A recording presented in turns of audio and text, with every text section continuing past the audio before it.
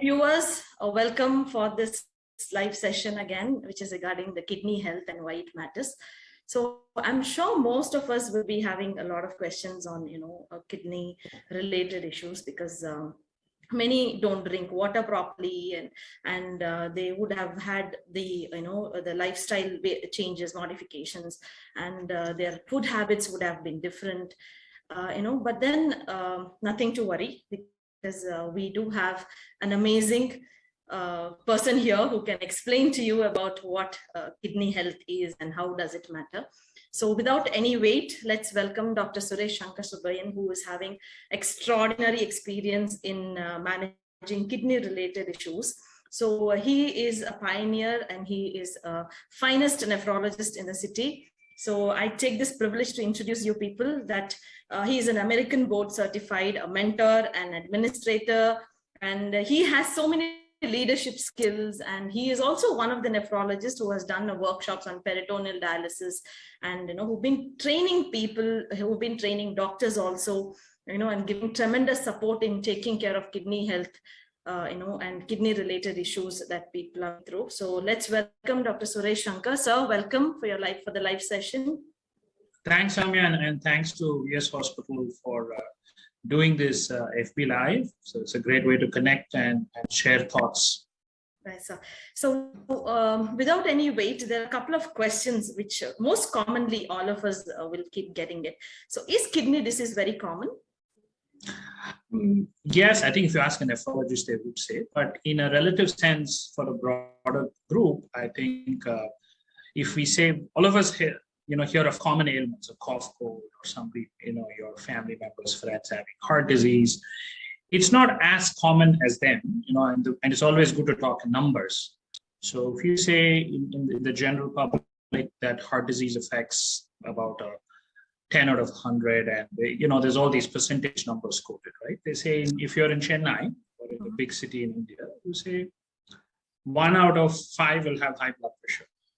Okay. 1 out of 10 to 1 out of 8 or 9 would have diabetes. These are lifestyle diseases. Heart diseases are roundabout less than that.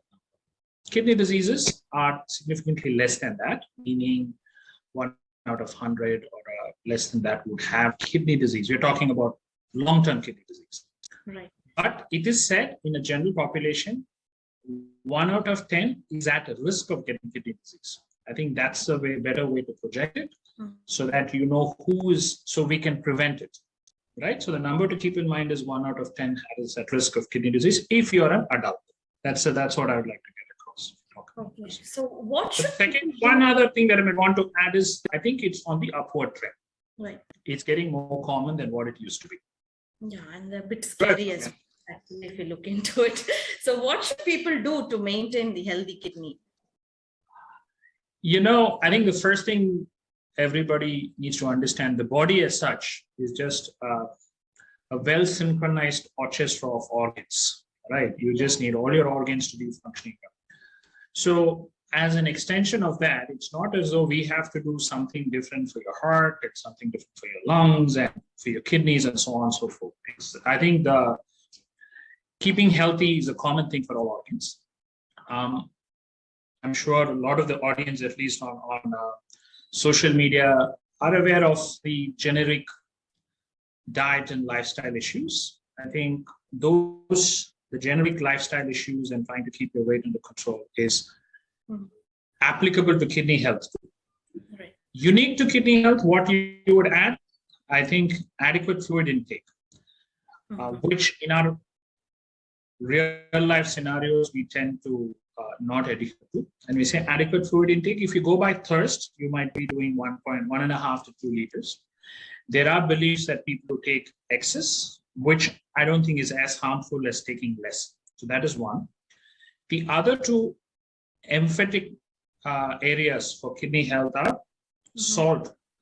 And salt in our modern day diet is a tricky one because we generally eat more food away from home. So the salt tends to sneak in easily. So you need to be kind of measured with off-home food. And the third thing I would say is how you tend to adopt your behavioral issues, right? Your stress and your smoking. I think those are higher weightage areas. Just to re-emphasize, adequate fluid intake, watch the salt, and watch the food off home. That's where the applicability is. Smoking is definitely one. And the other issue is, as generically for other organ health.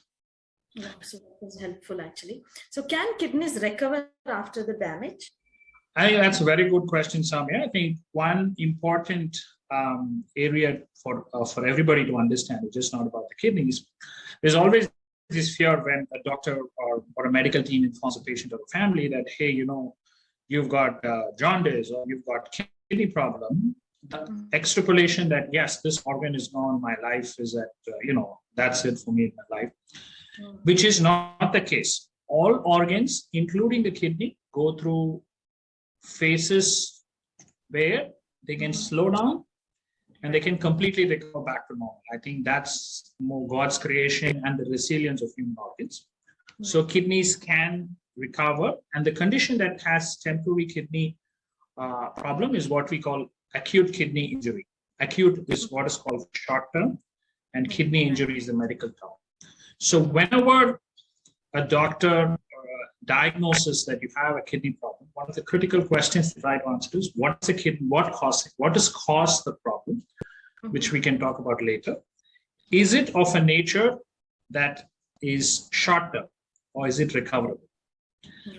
And I think I may want to extrapolate and say that there are certain common situations when these acute kidneys happen. One is when somebody is very dehydrated in the context of having excessive vomiting, diarrhea, or even high-grade fever if you don't hydrate yourself. That is a very common scenario in the real world.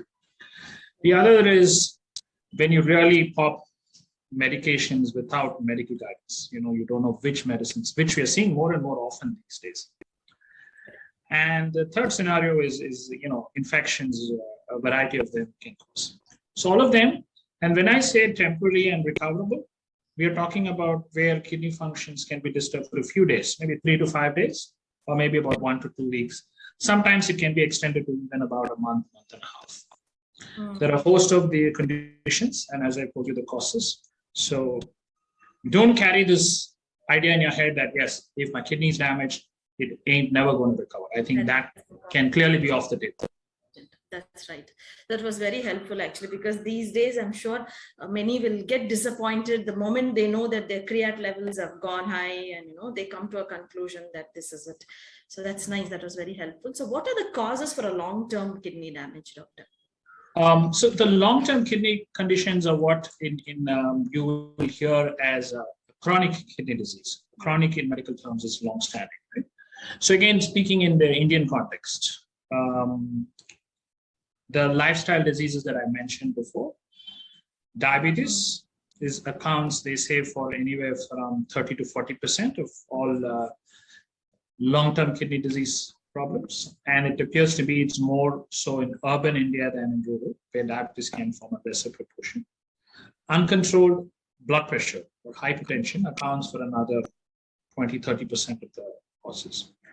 There's a third entity, what we, not to use a jargon, we call it nephritis.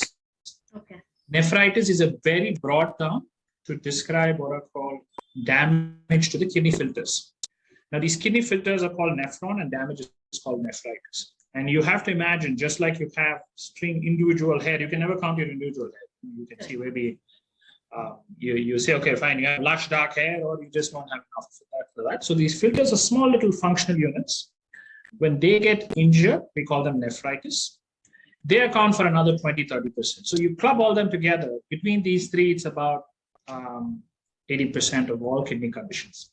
And nephritis is usually diagnosed if patients have certain urinary symptoms or by a very simple urine test, and doctors see certain abnormalities in the urine test.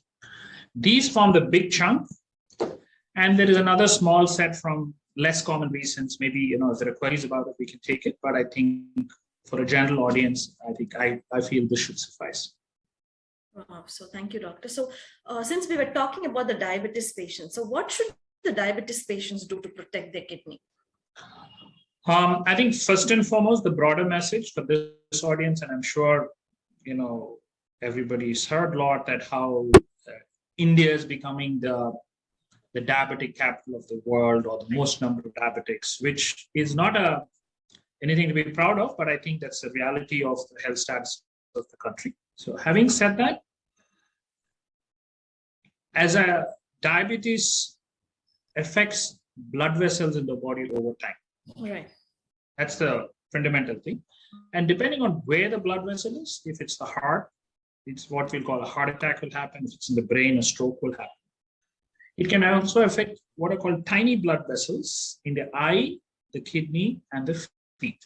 So the kidney comes in that blood vessel damage kind of club. Now, the second, so diabetes is common. So diabetics affects blood vessels. But in that, kidneys can be affected. But what we know for sure is not all diabetics develop kidney disease. Only some of them do. So having said that, if you're a diabetic, what you need to do, right? That's the key thing.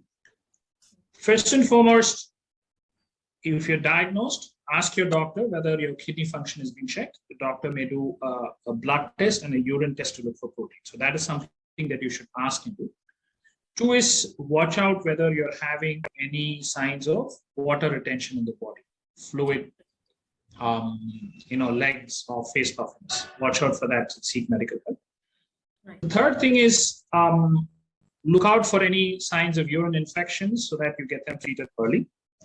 The fourth advice for diabetics is be very judicious about using medications, not just your diabetic control, but other medications, because the diabetes situation also can strain your kidneys and you don't want to take another hit. And the last, I think, which has become, it's sort of a growing science now, is there are drugs that are proven, which these are diabetic drugs. These are not kidney protective drugs. Okay. These are not kidney medications. If you take diabetic control with these medications, they can actually protect your kidneys too. So you get a double benefit. Oh, okay. So I think that is a very solid science. We're not promoting anything, one particular name, but solid science, that is something that you should ask for. Bottom line, two things I would say. Have your kidneys checked very early in your diabetic diagnosis. Two, ask your doctor whether you could be on any drugs that would have diabetic control and also protect your kidneys. Of course, the smoking part applies, and of course, other healthy lifestyles apply to them. Wow, so that was a very, very important. Yeah, diabetes is a big story in India. Yeah, correct.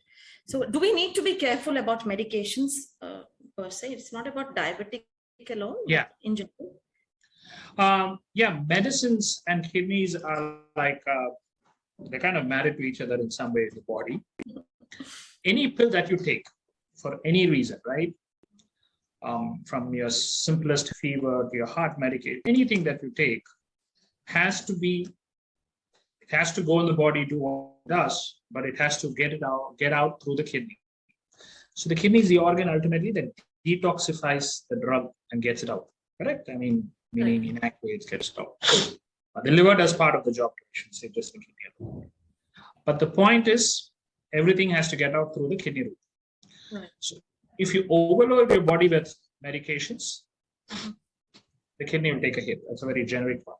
But there are certain unique kind of drugs that's applicable for general people, and then there are some other certain drugs for some special. The general public is, first and foremost, is painkillers. I'm not saying that people should not take painkillers. Be cautious and sensible. What I mean is take it for what is needed, take it for a short duration, make sure you're hydrating well. These three are painkillers. Same thing applies to antibiotics, correct? Antibiotics is another group of drug. Judicious use, short term as needed. So these are very broad. Then people with other like diabetics or other lifestyle diseases, blood pressure medications, heart medications. There are some of this in each of the group. We call it a double-edged sword, meaning it helps the body. It gives you better health. It gives you benefit for the disease. But used beyond a certain dose or used in an inappropriate situation can damage the kidneys. So the message for patients with high blood pressure or diabetes or heart conditions is always have kind of a lateral view. It's, keep it in the field of vision. Keep your kidney function in the field of vision. Have it checked by your doctor at least once in 6 months or a year. This will kind of apply to most people between lifestyle diseases and general health. Beyond that, I would say then you become very specialized with medications, right? For whatever condition that you might want to use. These are the common diseases people have. Okay. Those always ask, or if you have any mild kidney condition, ask your doctor, so he or she will be able to guide you. Is this okay for you if you have a mild kidney condition? So thank you. That was very helpful. So people be careful about the medications that, take a proper guidance from the doctors, your physician. Don't self-medicate. That is something very, very important.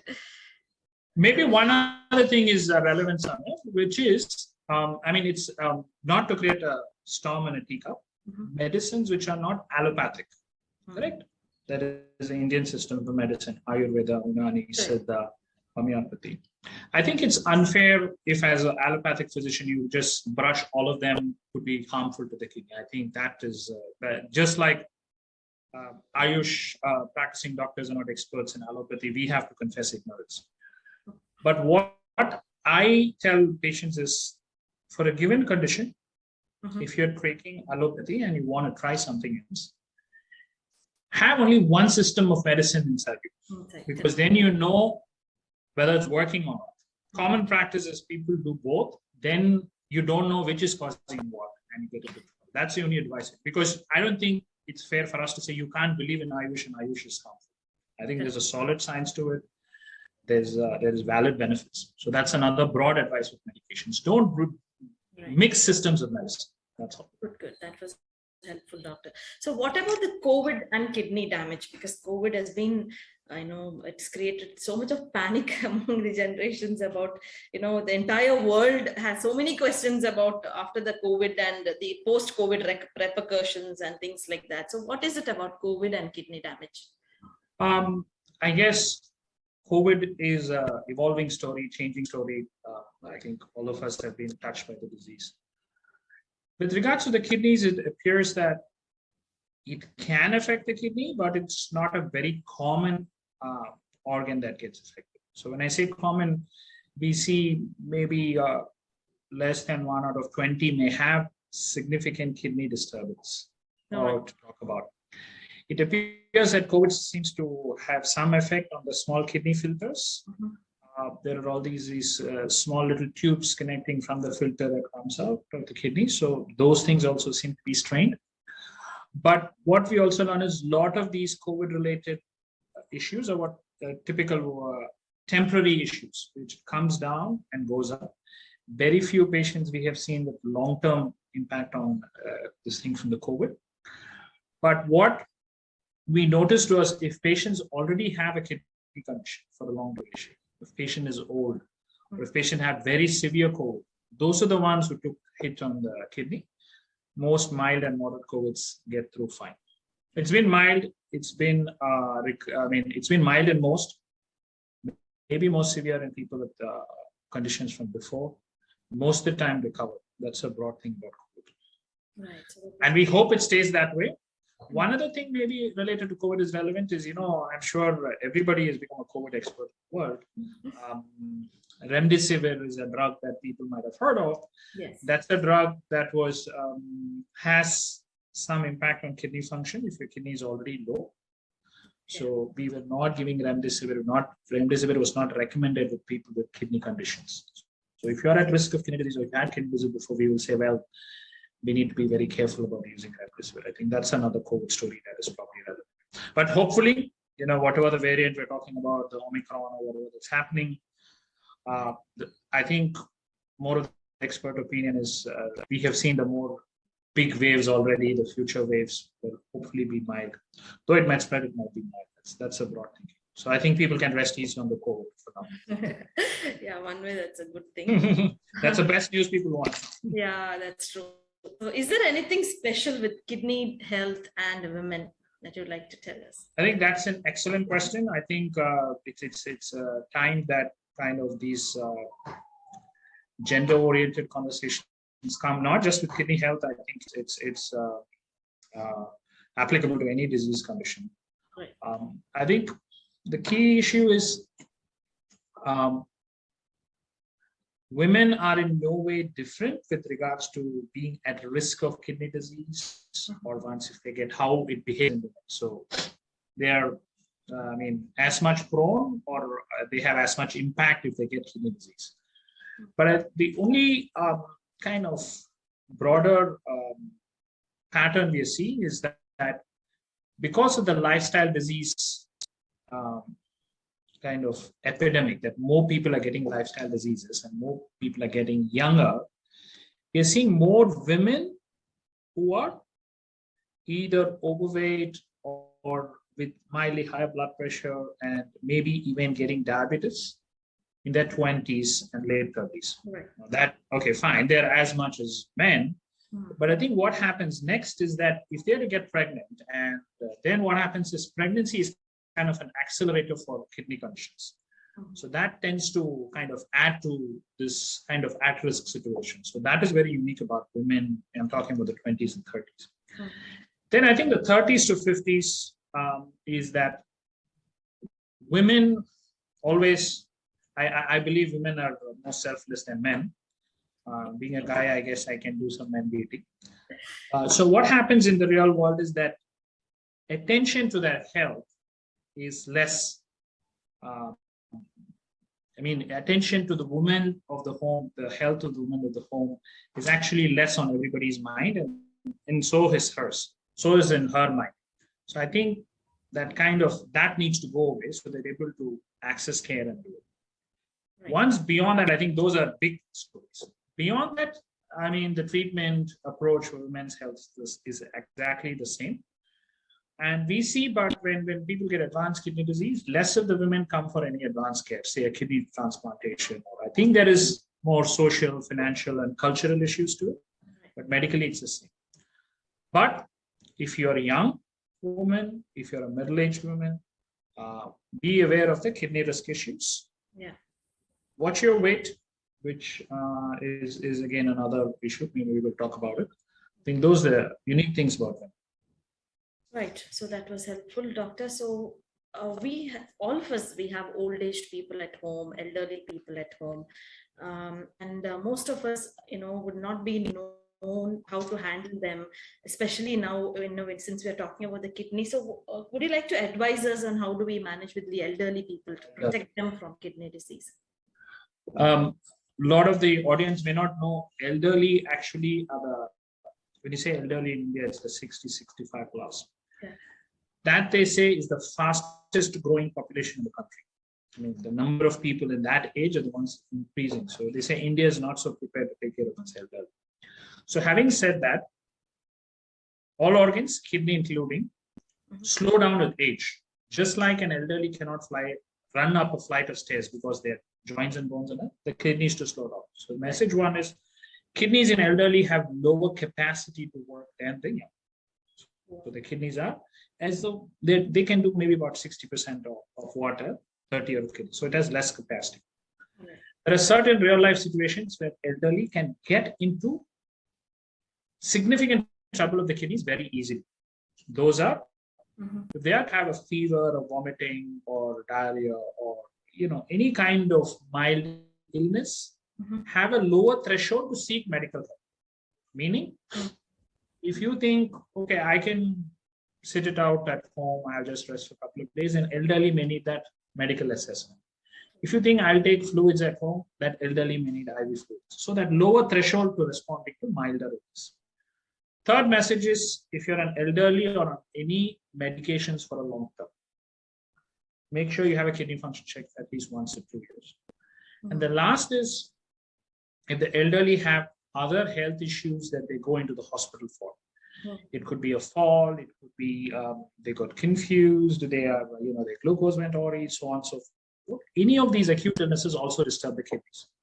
Okay. So that is the fourth part. And of course, the medications in the elderly, one common scenario is they have aches and pains.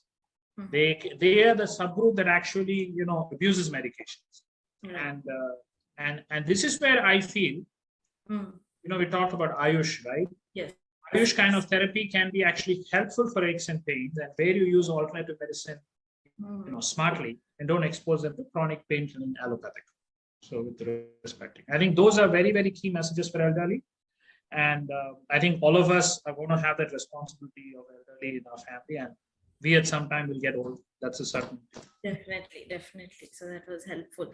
So any words of wisdom regarding kidney stones? Most of us are having those issues these days. So kidney stones, again, seem to be kind of linked partly to lifestyle issue, and very strangely, it is linked to what is called processed food, and particularly beverages, carbonated beverages. Any of your Coke, Pepsi, blah blah. All those kind of carbonated beverages. It's linked to certain kind of nuts and fruits and chocolates. So what you're saying is, in the modern day context, if you're a population that is having more intake of any of this, you're increasing the risk of kidney stones. Okay. Now, if you come from a family of kidney stones, you might have a higher risk. So be watchful of these kind of things. The third issue is, I think this is a very, very commonly, what would you say, a myth that people carry in their head, that if you are at risk of kidney stone, you had a stone, you need to be off all milk products. Correct? Right. Calcium is a no-no. Let me say it is incorrect. I'll repeat it again. It's incorrect to restrict calcium for stone patients, because again, this is fairly scientifically very clear that normal calcium intake, meaning if you have milk with coffee in the morning, if you take a little bit of buttermilk or curd with your lunch, and if you take it in the evening, even all of that doesn't give you enough normal calcium intake. You already take much less. Very strangely, if you take less calcium than you need, you actually form more stones. So the thing is, take normal amount of calcium-containing foods, right? So don't avoid it. The fourth issue is the fluid that we talked about. Fluid is just a value. What we know about kidney stones is that if you lose, once you have to pass a stone, or if somebody, you get an evaluation, the medical team tells that you have a small stone in your system, just doing your diet and fluid issues and maybe very little medications can keep you off all the lasers and the surgery that you need to go through. But what people often do is they get a stone and they have a pain or a procedure's gone. Then they don't do anything in between, whatever we've spoken about, until they get the next stone and the next pain. So they think only getting the pain and the procedure is a stone, not what you're doing in between. So this is the key thing with stones. And stones, we'll be seeing more of it partly because of lifestyle issues. But I can tell you, not all stone conditions lead to long-term kidney damage. They can be bothersome. They can have problems with pain and infections, but it's not a very common disease that causes kidney damage and loss of kidney function. Right. So that was helpful. So should patients with the heart disease be careful even about kidney disease?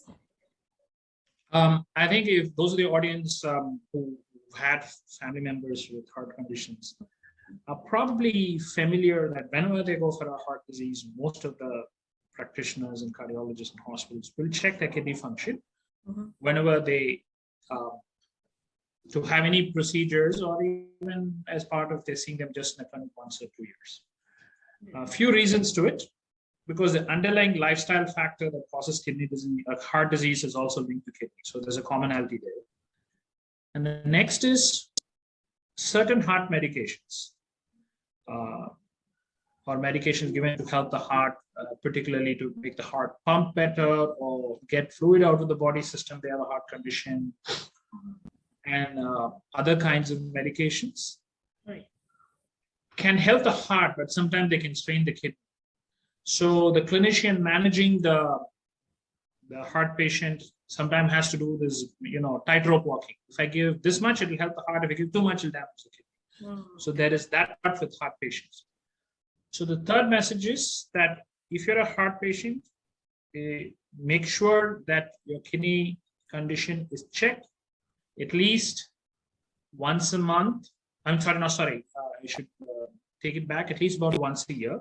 Okay. Now, if you're getting hospitalized for any heart condition, you might need that monitoring a little bit more frequently, meaning once in 3 or 6 months. And lastly, it could be that some of these medications that help and hurt, it might need some dosage adjustment, and there'll be a little bit of coordination between your heart and your kidney specialist. But all of these, tightrope walking is applicable only to a small group of heart patients. Most of them, a watch with the visit should suffice. Okay. What else? So we have what kind of a lifestyle is suggested to maintain a healthy kidney disease?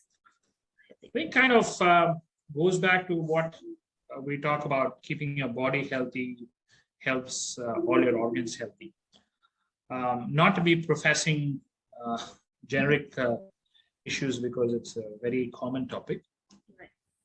What I would tell is be judicious with what you eat. When I say judicious, home cooked versus processed food, I think we make very conscious choices there. Second thing is the salt sneaking in there, which causes problems. Third issue is, I think Indians as a whole need to get the physical activity level up. I think we are I wouldn't call it a lazy nation, but I think we are a very not adequately physically active nation. So I think that part is key. The fourth thing is, don't be a pill popper, meaning at the drop of it, I need a pill for this, I need a pill for this. But unfortunately, in India, you can get medications without prescriptions, so many prescriptions. So I think don't be a pill popper. Downstream in your life, not to be quoted incorrectly, alcohol intake in social levels is not as harmful as smoking. So if you have to choose one of the vices, maybe be a social drinker with your friends once in a while and not other kind. And smoking to any level of use is harmful. And last but not the least, in the real life, if you can do a health assessment once you reach your 40s, 50s in some other context, your employer might do it, or you might take an interest, or you might go in for some other procedure, maybe get your kidney checked out. Now, when you do your diet and your activity, if your weight is very appropriate for your height, correct? There are, some of you might hear of body mass index, where it's basically what is your weight for your height? That's the question. Yes. If you know that when you do your lifestyle and your activity, if you're in the right space, then you know that you're not putting your 10 centimeter size kidneys. You're not, if you have to be 70 kilos and you're 95, you're not putting that extra 25 kilo load on that same size kidneys. And that's what the message is, right? Yeah. The kidney is made to be for a normal body size. You start putting it, it's like you're pressing the lung, you're pressing the kidneys, and then you go. So that's a weight part. Wow. So those are lifestyle issues. Anything else, Samya? So I guess we covered. You have covered almost all the aspects of the current lifestyle that everybody should be having. So thank you so much for your time, Doctor. In spite of your busy schedule, it's been amazing, to getting to know so many things about kidney health. So viewers, it was amazing having Dr. Suresh Sankar with us. So kidney health, why it matters? It does matters because it is a vital organ, which is very, very important for all of us. So there are so many aspects that we have spoken about the lifestyle, about the diabetes part, about your weight management, your food habits. There's so many things, which we can do it. So let's not ignore that and take care of our kidneys, take care of our health, our elderly people also at home, okay, which is very, very, very important. So viewers, we'll catch you up on our next live session, which is going to be with Dr. Griffin, who is again our senior urologist and a transplant surgeon. And he's going to talk about men's health. So let's get fired up for the next session. So catch you up on next Thursday. That's on 16th December. See you all. Thanks, Samya. Thanks, Miss Hospital. And thanks, viewers. Bye.